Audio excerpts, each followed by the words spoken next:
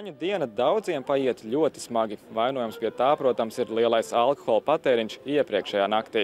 Pēc līgo dienas nākamajā rītā saskaitīt izdzertā alus vai citu alkoholisko dzērienu apjomu vairs nav iespējams. Par to, ka daudz ir dzēruši pārāk daudz, liecina sliktā pašsajūta, kalstoša mute un galvas sāpes. Bet kā cilvēki cīnās ar paģirām?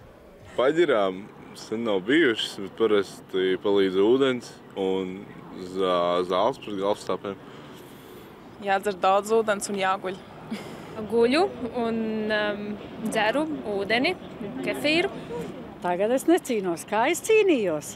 Izgulēju.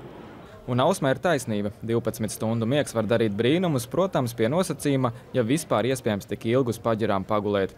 Arī ūdens, kefīrs, kā arī saldināti dzērieni, biešu un skābētu kāpostu sulas var kļūt par brīnumlīdzekli. Citi atkal paģiras ārstē ar tām pašām zālēm, ar kurām saslimuši. Kad ir, tad jāmeklē kāds glābiņš zāles. Kad alus glāzi iedzer, vai kopčiku, kā kurreiz. Ja vien veselība atļauj, tad cīņā ar paģirām lieliski palīdz tautas metodes, dažādas pirts un ūdens procedūras, stāsta pirtniece Biruta. Pirtiņā mēs varam ārstēt paģirs, ja mēs pirms pirts izdzeram tējas, attiecīgās tad izsvīstam un ejam augstā ūdenī atdzesēties. Vai pēršana ar kaut ko palīdz? Protams, pēršana arī palīdz, jo mēs līdz ar to daudz svīstam un iedarbojamies ar slotiņām. Tas viss kopā palīdz.